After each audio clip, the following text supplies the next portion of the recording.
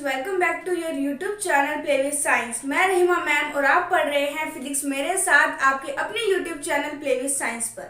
तो देखो जैसे हमने कल आवेशों के गुणधर्म के बारे में स्टडी की थी, तो आज जो है हम उसका नेक्स्ट टॉपिक के बारे में बात करेंगे, जो उसका लास्ट टॉपिक है आवेशों का क्वांटीकरण। अब देखो आवेशों का क्वांटीकरण क्या होता है, ठीक है। आवेशों का क्वांटाइजेशन हम किसे कहते हैं? हम बोलते हैं कि जो आवेश है ना वो क्वांटाइज्ड होता है। मतलब जैसे कोई भी बॉडी को आप चार्ज दे रहे हो, ठीक है, मतलब आप समझ सकते हो कोई एक परमाणु है, उस परमाणु को अपनी जब एनर्जी देते हैं तो उसमें से या तो एक इलेक्ट्रॉन बाहर निकलेगा, या दो इलेक्ट्रॉन बाहर निकलेगा, या तीन इलेक्ट्रॉन बाहर निकलेगा। ऐसा तो नहीं हो सकता ना कि एक हमारा परमाणु है उससे हमने 1.5 इलेक्ट्रॉन बाहर निकाल लिया, 1.25 इलेक्ट्रॉन बाहर निकाल लिया, या फिर 2.25 इलेक्ट्रॉन बाहर निकाल लिया। तो ऐसे हम नहीं कर सकते। मतलब क्या है, जो किसी भी परमाणु का या जो किसी भी से उसमें एनर्जी देने पर जो भी हमारा आवेश है वो क्या होता है, क्वांटीकृत होता है। मतलब सबसे छोटे आवेश के पूर्ण गुणज के बराबर होता है, ठीक है। इसके अगर मैं बात करूं, मैंने आपको पहले ही बताया है आवेश को हम किससे डिनोट करते हैं, आवेश को हम डिनोट करते हैं Q से। और ये जो हमारा आवेशों का क्वांटीकरण का जो हमारा सिद्धांत है वो क्या बोलता है कि किसी भी पदार्थ को दिया गया आवेश क्वांटीकृत होता है। समझ आ रही है बात? मतलब क्या है, वो जो हमारा मूल आवेश है उसके गुणज के बराबर होगा। या तो उसका 1 गुना होगा, या 2 गुना होगा, या 3 गुना होगा, या 50 गुना होगा, या 100 गुना होगा। मतलब जो ये n है वो कोई भी एक पूर्ण संख्या होनी चाहिए। समझ आ रही है? और ये क्या है, हमारा इलेक्ट्रॉन का आवेश, इलेक्ट्रॉन पे चार्ज कितना होता है, और ये Q क्या है, किसी भी परमाणु पर आवेश। वो परमाणु कुछ भी हो सकता है, सोडियम हो सकता है, या फिर क्लोरीन हो सकता है, या कुछ भी हो सकता है, ठीक है।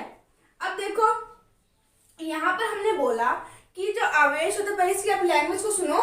किसी वस्तु को दिया जाने वाला आवेश सतत न होकर क्वांटीकृत या विविक्त होता है। मतलब पार्ट्स के रूप में हम उसको आवेश दे सकते हैं। या तो उसको 1 इलेक्ट्रॉन आवेश देंगे, या 2 इलेक्ट्रॉन आवेश देंगे, या 3 इलेक्ट्रॉन आवेश त्यागेगा, है ना। वैसे बोल रहे हैं किसी वस्तु पर आवेश इलेक्ट्रॉन के मूल आवेश के पूर्ण गुणज के बराबर होता है। तो इलेक्ट्रॉन के मूल आवेश कितना होता है, आपको पता होना चाहिए। इलेक्ट्रॉन का मूल आवेश कितना होता है, 1.6 इंटू 10⁻⁹ कूलम, ठीक है। अब देखो, अतः इलेक्ट्रॉन का आवेश होता है, इलेक्ट्रॉन का जो ये आवेश है इसे अपने क्या बोलते हैं, इस इलेक्ट्रॉन के आवेश को हम क्या बोलते हैं, क्वांटा। और इस पूरे के पूरे नियम को, मतलब ये जो हमने आपको बताया, इसको हम क्या बोलते हैं, क्वांटीकरण बोलते हैं, क्वांटाइजेशन बोलते हैं। समझ आ रही है मेरी बात? अब देखो इस बेस पे मैं आपको एक छोटा सा न्यूमेरिकल देती हूँ, उस न्यूमेरिकल को आप सॉल्व करना। जैसे मैंने बोल दिया कि मैंने माना कि किसी भी वस्तु पर जो आवेश है, इन्हें कोई भी आवेश है वो कितना ले लिया, 2.56 इंटू 10⁻⁻13 कूलम। मैंने क्या ले लिया, कोई भी आवेश ले लिया, ठीक है। और मैं आपसे पूछती हूँ कि इस इतने आवेश पर, किसी परमाणु पर इतना आवेश है, तो उसमें इलेक्ट्रॉन्स की संख्या मुझे काउंट करके बताओ, किसमें कितने इलेक्ट्रॉन्स की संख्या है। तो आप क्या बोलोगे, बहुत इजी है मैम। कैसे इजी करोगे, मैं यहाँ सॉल्व कर देती हूँ। आपको पता है क्यूब का फॉर्मूला क्या होता है, Ne के बराबर होता है, ठीक है। और यहाँ पर अगर मुझे निकालना है n का मान, तो n बराबर क्या हो जाएगा, Q अपॉन में E के बराबर। तो n बराबर हो जाएगा 2.56 मल्टीप्लाई बाय 10⁻⁻13 अपॉन में इलेक्ट्रॉन का जो आवेश है वो कितना होता है, 1.6 इंटू 10⁻⁻19 कूलम। तो यहाँ से आपको क्या मिल जाएगी, इलेक्ट्रॉन्स की संख्या को पता चल जाएगा कि इतने कूलम आवेश पर आपकी जो वो संख्या है इलेक्ट्रॉन्स की वो कितनी है। तो ये आप खुद सॉल्व करोगे। तो अब जो हमारा नेक्स्ट टॉपिक है वो है कूलम का नियम, वो जो मेन टॉपिक्स में से काउंट होता है। तो सबसे पहले आप इसका स्क्रीनशॉट ले लो। अब जो हमारा नेक्स्ट टॉपिक है वो है कूलम का नियम। देखो कूलम का नियम क्या होता है, हमें कूलम के नियम को पढ़ने की जरूरत क्यों पड़ी। अब देखो मैंने आपको बताया था कि जो आवेश होते हैं ना वो एक दूसरे को आकर्षित करते हैं और एक दूसरे को प्रतिकर्षित करते हैं। मैंने बताया था आपको, पॉजिटिव को क्या करता है, प्रतिकर्षित करता है, और नेगेटिव को क्या करता है, प्रतिकर्षित करता है। लेकिन पॉजिटिव नेगेटिव को क्या करता है, अपनी तरफ आकर्षित करता है, ठीक है, हमने ये तो पढ़ लिया कि जो समान समान है वो एक दूसरे को रिपल्शन करते हैं, प्रतिकर्षण करते हैं, और जो विपरीत होते हैं वो प्रकृति के वो एक दूसरे को क्या करते हैं, अट्रैक्शन करते हैं, मतलब आकर्षण करने का काम करते हैं। अब कूलाम का नियम क्या बोलता है कि कोई भी दो आवेश है, या तो वो समान आवेश के हैं या विपरीत आवेश के हैं, मतलब या वो एक दूसरे को आकर्षित कर रहे हैं या प्रतिकर्षित कर रहे हैं, तो वो कितने बल से एक दूसरे को आकर्षित कर रहे हैं या कितना बल लगाकर वो एक दूसरे को प्रतिकर्षित कर रहे हैं, उसको डिफाइन करने के लिए हमें किस नियम को पढ़ना पड़ा, कूलाम के नियम को पढ़ना पड़ा। तो कूलाम का नियम एक कूलाम नाम के वैज्ञानिक ने दिया था। तो पहले अपने इसके बारे में समझ लेते हैं कि देखो, मैंने कोई भी दो आवेश मान लिए, ठीक है, एक तो मैंने आवेश मान लिया कि कोई भी यहाँ पर आवेश है Q1 आवेश, मैं इसमें साइन ही नोट कर रही कि समान है या विपरीत है। एक बार इसको स्टेटमेंट को समझने के लिए आप कोई भी दो आवेश ले लेते हैं। एक तो मैंने मान लिया Q1 आवेश है, और सेकंड मैंने क्या मान लिया, कोई भी Q2 आवेश है, ठीक है। अब इस आवेश के सेंटर से और इस इलेक्ट्रॉन या कोई भी आवेश के सेंटर से इन दोनों के बीच की दूरी जो है उसको हमने क्या मान लिया, R मान लिया, ठीक है। अब देखो, कूलाम के नियम के दो तीन आपके जो स्टेटमेंट्स है, दो तीन चीजें हैं, आपको छोटी छोटी बातें ध्यान रखनी पड़ेगी। क्या ध्यान रखनी पड़ेगी कि ये एक दूसरे को आकर्षित या प्रतिकर्षित कैसे करते हैं, मतलब कोई भी, जैसे ये मेरा कोई पहला अणु है, ये मेरा दूसरा अणु है, इलेक्ट्रॉन या प्रोटॉन कुछ ही मान लो, ये एक दूसरे को कैसे प्रतिकर्षित करेंगे, इसके कारण ये इधर गति करे, इधर गति करे या इधर गति करे, ऐसे गति करेगा, या फिर ये सीधे दिशा में से गति करेंगे, किस अकॉर्डिंग गति करेंगे, उसके बारे में अपने को बात करना है। तो देखो, जो ये प्रतिकर्षण होता है ना, वो इन दोनों को मिलाने वाली जो रेखा होती है, केंद्र से मिलाने वाली जो रेखा होती है, बिल्कुल उसी डायरेक्शन में ही होती है, मतलब उसी सरल रेखा में होती है। आकर्षण हो या प्रतिकर्षण हो, वो ये समान डायरेक्शन में ही होती है। ऐसा नहीं है कि इसके कारण जो ये वाली चीज है वो इधर प्रतिकर्षित हो जाए, इधर प्रतिकर्षित हो जाए, इधर प्रतिकर्षित हो जाए, ऐसा नहीं है। दोनों का केंद्र जिस भी जगह पर मिलेगा, जिस रेखा से मिलेगा, उसी रेखा के अनुदिश ये एक दूसरे को आकर्षित या प्रतिकर्षित करने का काम करेंगे, ठीक है। अब मैंने मान लिया इनके जो सेंटर है, वो सेंटर आपकी जो बीच की दूरी है वो मैंने क्या मान ली, R मान ली। तो कूलाम का नियम क्या बोलता है कि इन दो आवेशों के मध्य जो भी बल है, वो बल इन दोनों आवेशों के गुणनफल के समानुपाती होता है। जो भी इन दोनों आवेशों पर लगने वाला बल है, वो इन दोनों आवेशों के गुणनफल के क्या होता है, समानुपाती होता है। उसी तरह कूलाम ने एक और चीज बोली जो दूरी से रिलेट करती है। क्या बोला कि इन दो आवेशों पर जो लगने वाला बल है वो इसकी दूरी के वर्ग के व्युत्क्रमानुपाती होता है, ठीक है। ये दूरी है, दूरी का वर्ग और व्युत्क्रमानुपाती मतलब 1/r² के बराबर होता है, ठीक है। मतलब क्या है, किसी भी दो आवेश को हम जितना पास पास रखेंगे उनमें आपस में बल उतना ज्यादा लगेगा। जैसा आप एग्जाम्पल समझ सकते हो कि मैंने कोई भी दो ये चुंबक है मेरे पास, ठीक है। इन दो चुंबक में मैंने क्या किया, जब इन दोनों चुंबक को मैंने यहाँ पर रखा इतनी कम दूरी पर, तो ये एक दूसरे को या तो आकर्षित करेंगे बहुत बल लगाकर या प्रतिकर्षित करते हैं ना। आपने ये प्रैक्टिकल भी किया होगा। बट अगर आपने क्या किया कि इन दोनों चुंबक को हमने इतनी दूरी पर रख दिया, तो इनमें ना तो आकर्षण होता है ना प्रतिकर्षण होता है। मतलब क्या है कि उसी प्रकार जो दो आवेश है वो दूरी के व्युत्क्रमानुपाती होता है। मतलब जो दूरी को हम जितना ज्यादा बढ़ाएंगे इनके मध्य बल उतना ही कम होता जाएगा, ठीक है। हम क्या कंक्लूजन निकाल सकते हैं कि अगर हमने जितने बड़े आवेश लिए, आवेश का मान अगर बड़ा होगा, आवेश ज्यादा बड़ा होगा, परमाणु ज्यादा बड़ा होगा, तो इस पर लगने वाला बल भी क्या होगा, ज्यादा होगा। लेकिन हमने क्या बोला कि अगर उनके बीच की दूरी ज्यादा होगी तो इस पर लगने वाला बल क्या होगा, कम होगा, ठीक है। और अगर मैंने दूरी को घटा लिया तो बल की मात्रा क्या हो जाएगी, ज्यादा हो जाएगी। समझ आई बात। अब देखो, जैसे मैंने बताया कि कूलाम के नियम को, अब मैं ये मेरा समीकरण नंबर क्या बन गया, फर्स्ट, ये नंबर क्या बन गया, सेकंड। अब मैं समीकरण फर्स्ट और सेकंड को क्या करती हूँ, by equation first and second, समीकरण 1 व 2 से, समीकरण 1 और 2 से हम क्या समझ सकते हैं, F समानुपाती Q1 Q2 अपॉन में आर स्क्वायर। इन दोनों को मैंने आपस में कंबाइन करके एक समीकरण बना दिया।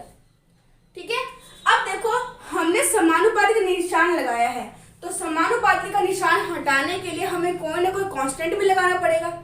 सीधी सी बात है, यस लगाना पड़ेगा बिल्कुल। तो जैसे ही मैं समानुपाती का निशान हटाऊंगी तो यहाँ पर कांस्टेंट आता है के, Q1 Q2 अपॉन में आर स्क्वायर। मतलब दो आवेशों पर लगने वाला बल का मान के Q1 Q2 अपॉन में आर स्क्वायर के बराबर होता है। समझ आ रही है बात? अब देखो ये जो k है ना, ये यूनिवर्सल नहीं होता, यूनिवर्सल कांस्टेंट नहीं होता। यूनिवर्सल कांस्टेंट से क्या आप समझते हैं? जो हमेशा हर टाइम के लिए समान होता है। लेकिन ये जो k है ना, ये हर एक माध्यम पे डिपेंड करता है। हर एक माध्यम के लिए इसका जो मान है वो अलग अलग होता रहेगा। जैसे कांच के लिए अलग मान होगा इसका, वायु के लिए अलग मान होगा, या फिर निर्वात के लिए अलग मान होगा, या कोई भी पानी के लिए अलग मान होगा। तो अलग अलग माध्यम के लिए k का मान भी क्या होगा? अलग अलग होगा। समझ आ गई यहाँ तक बात? तो यहाँ पर देखो k का मान जो होता है ना, k का मान होता है आपका 1/4πε0। ये तो निर्वात के लिए है क्योंकि हमने ε0 लिया है। एप्सिलॉन क्या होता है? परावैद्युतांक होता है। तो इसके बारे में हम थोड़ा सा बाद में बात करेंगे। विद्युतशीलता एप्सिलॉन को हम विद्युतशीलता से डिफाइन करते हैं, या परावैद्युतांक बोलो या विद्युतशीलता बोलो, अलग अलग जगह पर इसका नाम अलग अलग होता है। ठीक है, अगर ये तो हमने बात कर लिया निर्वात पे, और अगर किसी माध्यम पे बात करें तो k बराबर 1/4πε हो जाता है। माध्यम के लिए उसकी विद्युतशीलता और ये माध्यम के लिए उसका k का मान हो गया। ठीक है, अब देखो नॉर्मल सी बात है, ये तो हमने निकाली है, ठीक है, अच्छी बात है। लेकिन आप बोलोगे कि मैम इस k का मात्रक क्या होता है? क्या मात्रक होता है बताओ? मात्रक तो आपने पढ़े हुए होंगे। यहां से अगर मैं k का मान निकालूंगी तो क्या हो जाएगा? f r स्क्वायर अपॉन में Q1 Q2।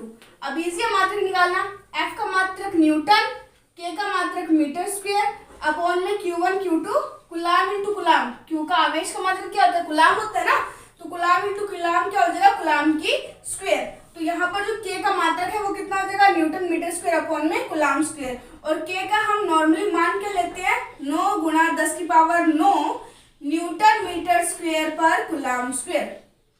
समझ आ गई बात? अब देखो ये तो आपका हो गया k का मान, ये हो गया आपका किसी भी दो आवेशों के मध्य बल का मान।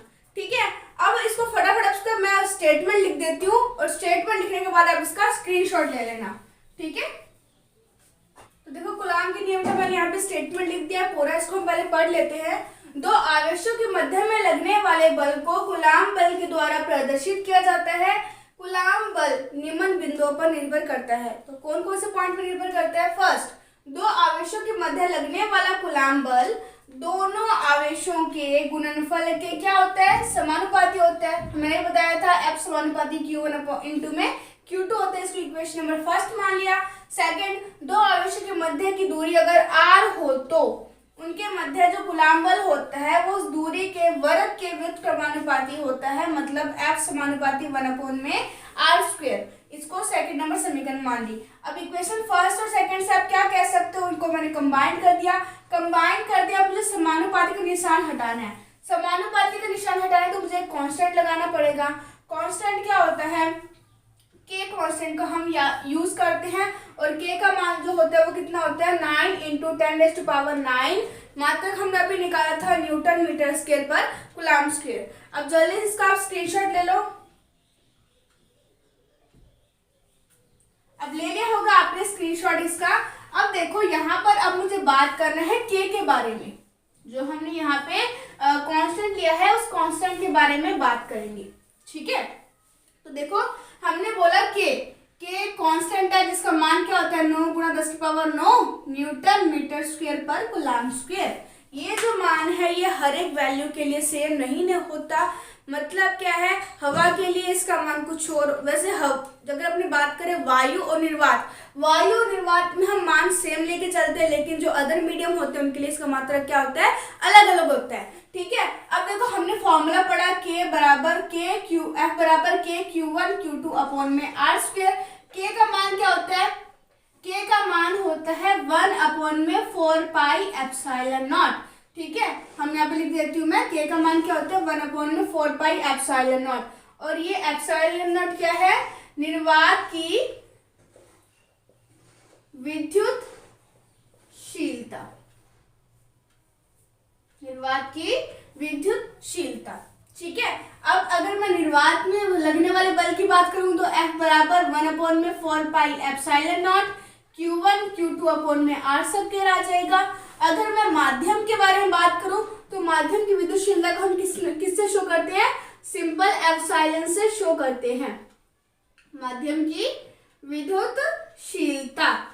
अब देखो तो यहाँ पर F माध्यम पे, ये तो निर्वात में लगने वाला बल है। अब अगर हम माध्यम में लगने वाले बल के बारे में बात करेंगे तो ये कितना हो जाएगा 1/4πε Q1 Q2 R स्क्वायर। समझ आ गई बात। इसके बाद जो हमारा नेक्स्ट टॉपिक होता है वो बहुत छोटा सा टॉपिक है, उसको पहले अपने समझते हैं। क्या टॉपिक है हमारा, ये है नेक्स्ट टॉपिक इज परावैद्युतांक।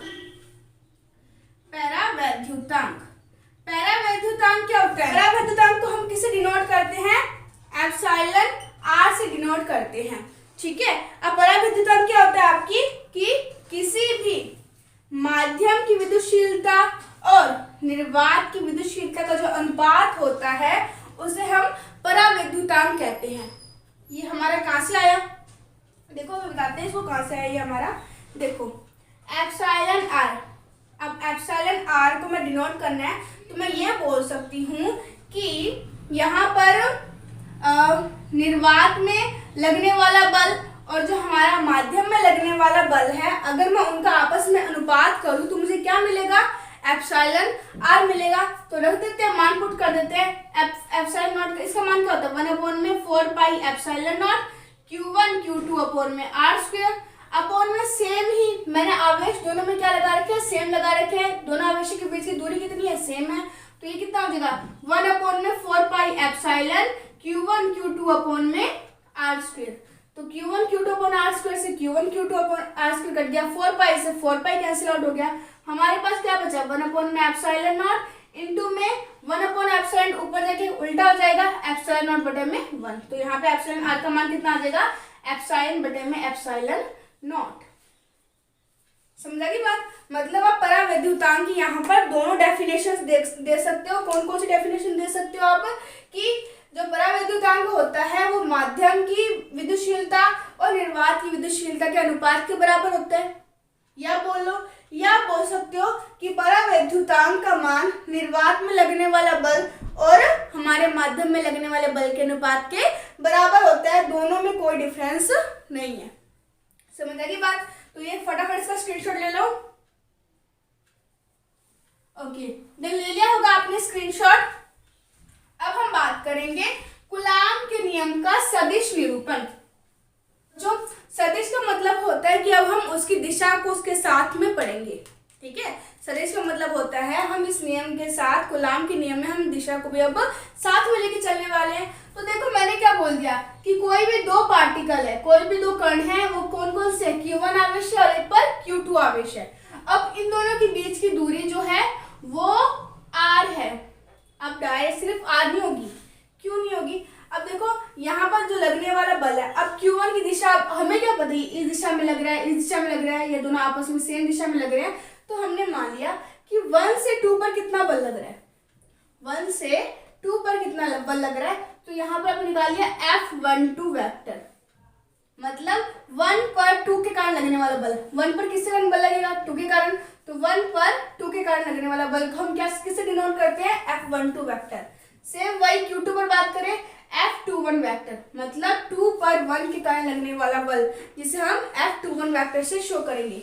अब इसके बीच की दूरी को हम क्या मानेंगे, यहाँ पे अपने बोल देंगे इसकी बीच की दूरी को हम R कैप से डिनोट करेंगे।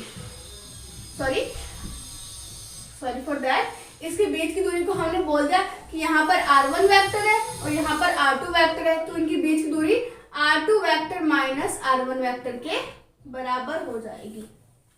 समझ रही है बात। अब देखो यहाँ पर दो आवेश है, दोनों आवेश बल की बात करनी है। सबसे पहले मैं F1 पर 2 के कारण लगने वाले बल की बात करूंगी। सीधी सी बात है।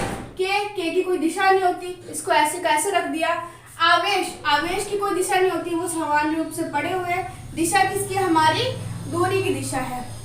के Q1 Q2 अपॉन में क्या लेते हैं, आर स्क्वायर में हम किसको लेके चलेंगे, जो R2 vector minus R1 vector है, इसका मोड की स्क्वायर, इसका हम मान लेके चल रहे हैं। अब देखो यहाँ पर दिशा हमारी, यहाँ पर जो दिशा है, हम बोलते हैं कि दिशा के बराबर में भी कोई ना कोई दिशा होनी चाहिए ना। यहाँ तो दिशा के लिए हमने वेक्टर शो कर दिया, बट यहाँ पर हमें कोई दिशा दिख नहीं रही, क्योंकि किसी भी सदिश का अगर हम मोड निकाल देते हैं, तो उसका हम मोड कर देते हैं, तो मोड करने पर वो अदिश राशि बन जाती है ना, उसकी दिशा को खत्म कर देते हैं। तो यहाँ पर आर कैप लग जाएगा। आर कैप का मतलब क्या है, एकांक सदिश लग जाएगा। समझ आ गई बात। अब एकांक सदिश आपने 11th क्लास में पढ़ा है। एकांक सदिश का मान क्या होता है, उसकी वेक्टर फॉर्म और उसका मोड। उसके वेक्टर फॉर्म को उसके मोड से जब डिवाइड कर देते हैं, तो हमें वहां पर एकांक सदिश का मान प्राप्त हो जाता है। ठीक है।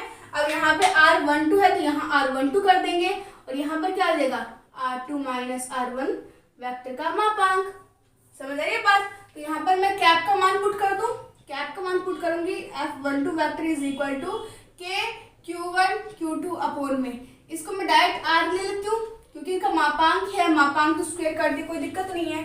यहाँ पर क्या आ जाएगा, वेक्टर आ जाएगा, वेक्टर क्या आ जाएगा, R12 वेक्टर अपॉन में इसका मापांक मतलब दूरी, टोटल इन दोनों के बीच की दूरी क्या है, ये लिख लो या ये लिख लो, एक ही बात है, R है।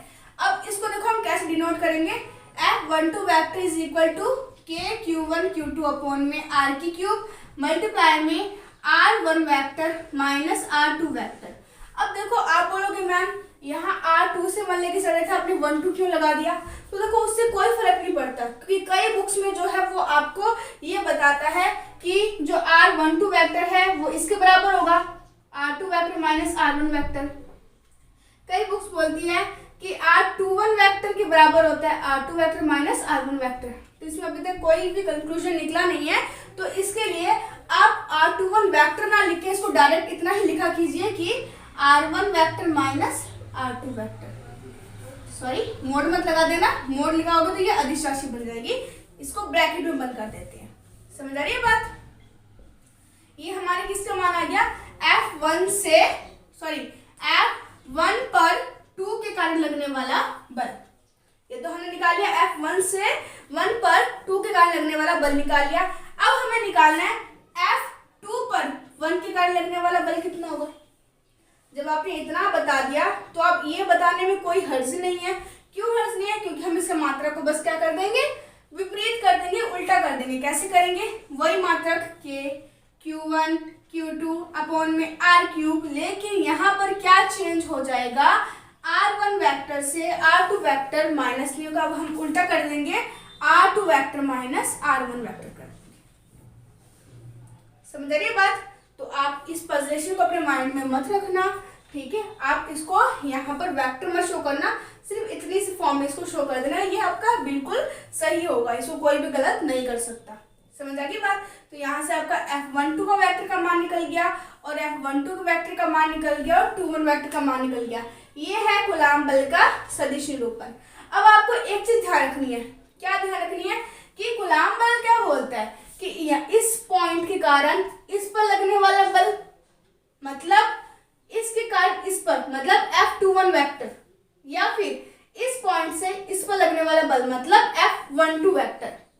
तो कूलाम का नियम क्या बोलता है, इसका अगर हमने बात करें कि इस पॉइंट से दोनों सेम ना भी हो, इस पॉइंट से इस पॉइंट पे लगने वाला बल, ये इस दिशा में बल लगा रहा है, ये इस दिशा में बल लग रहा है, दोनों पर बल का मान हमेशा क्या रहेगा, बराबर ही रहेगा।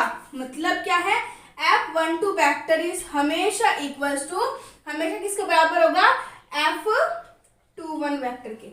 लेकिन दिशा उल्टी है, दिशा उल्टी होने के कारण यहाँ पर क्या आ जाएगा, माइनस का निशान आ जाएगा। समझ आ रही है बात। मतलब क्या, F12 वेक्टर जो होता है वो F21 के मान में समान होगा, लेकिन दिशा में क्या होगा, विपरीत होगा।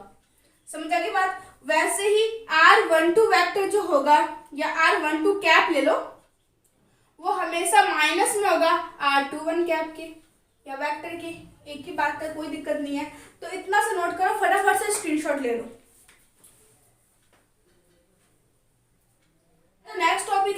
बहु आवेशों के मध्य बल व अध्यारोपण का सिद्धांत। अब यहाँ पर हम क्या करेंगे, बहुत सारे आवेशों को लेकर चलेंगे। पिछले वाले टॉपिक में हमने सदिश निरूपण में सिर्फ 2 ही आवेश की बात करी थी, लेकिन अब यहाँ पे 3-4 आवेश को लेकर चलेंगे। जैसे मैंने मान लिया ये x अक्ष है और ये y अक्ष है। यहाँ पर मैंने कोई q0 आवेश मान लिया, यहाँ से इसकी दूरी कितनी होगी r0 वेक्टर। यहाँ से नेक्स्ट पॉइंट की दूरी मैंने मान ली q1 आवेश है और इसका जो दूरी है वो r1 वेक्टर है। यहाँ से q2 दूरी है और r2 दूरी है और q2 आवेश है। अब मुझे क्या बोलना है, एक और मान लेते चलो, यहाँ पर q3 मान लिया, थोड़ा ऊपर मान लेते इस चीज को, ठीक है। यहाँ पर मैंने मान लिया q3 वेक्टर और ये यहाँ से दूरी होगी वो r3 वेक्टर होगी। अब देखो मैंने बोला कि q0 पर सभी आवेशों के कारण कितना बल लग रहा है, टोटल बल मुझे बताना पड़ेगा। तो ये तो एक तो लग रहा है हमारा q1 के कारण इस दिशा में, q2 के कारण इस दिशा में और q3 के कारण इस दिशा में लग रहा है। ध्यान देना, q1 और q2 के बीच का सेंटर, सीधा सेंटर इस दिशा में, तो बल भी इस दिशा में लगेगा। इन दोनों का सीधा सेंटर ये है तो बल इस दिशा में लगेगा, और इन दोनों का सीधा सेंटर ये है तो बल इस दिशा में लगेगा। समझ आ रही है बात। यहाँ पर कितना हो जाएगा r01 वेक्टर, 0 पर लग रहा है 1 के कारण तो 01 वेक्टर, इससे r02 वेक्टर मानेंगे और ये जो दूरी है इसको r03 वेक्टर मानेंगे। ठीक है। अब देखो यहाँ पर हमने अभी पढ़ा था कि किसी भी वस्तु पर जो बल लग रहा है वो बल का जो हम सदिश रूप मानते हैं वो क्या मान के चलते हैं कि F इज इक्वल टू के Q1 Q2 अपॉन में R की क्यूब, और यहाँ पे मैंने F12 वेक्टर है तो क्या कर देते हैं अपने R1 vector minus R2 vector, यही लेके चलते हैं ना। अब मुझे किस पर बात करनी है, 0 पर बात करनी है। 0 पे किसके कारण, 1 के कारण, 2 के कारण, 3 के कारण कितना बल लग रहा है उसके बारे में बात करनी है।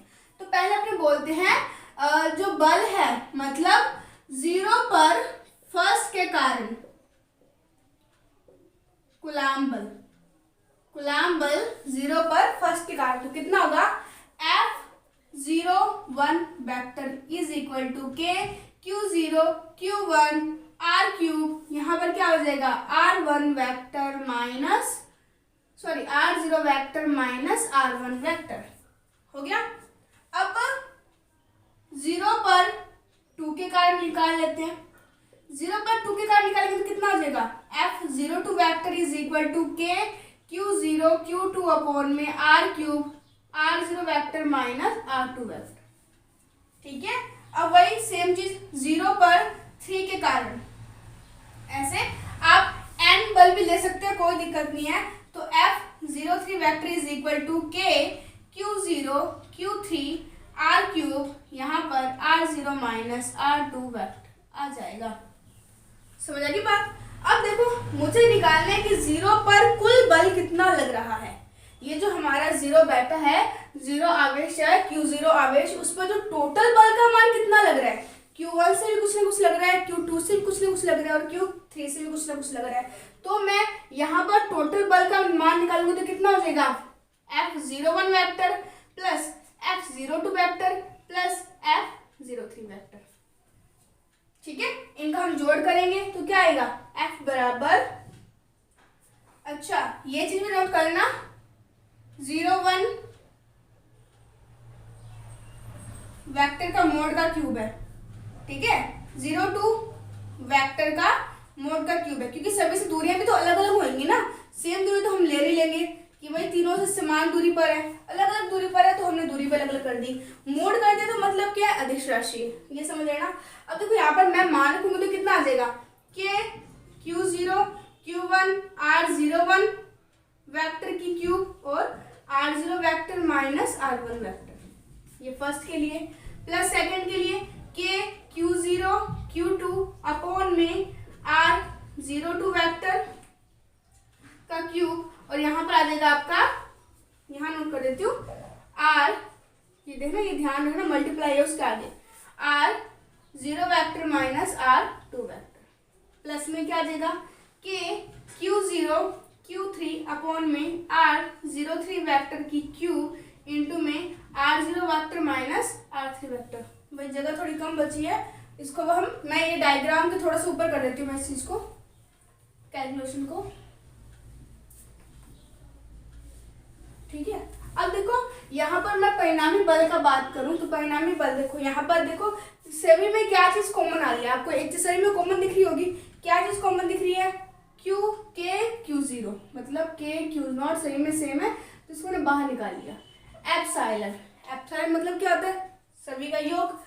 I बराबर 1 to लेकर 3 तक, यहाँ पर क्या है हमारा QI अपॉन में R0I वेक्टर की क्यूब और यहाँ पे R0 vector minus RI vector.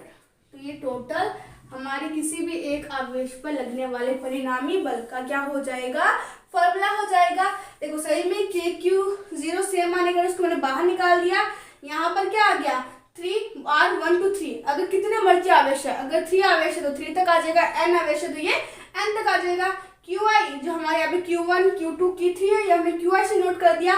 R0I vector की क्यूब, ये रही जो सभी के नीचे 01 02 03 और R0 minus R1 RI vector, R1 vector R2 vector R3 vector. तो देखो ये टॉपिक मेरे ख्याल से आपको अच्छे से क्लियर हो गया होगा, तो फटाफट पहले इसका स्क्रीनशॉट ले लो।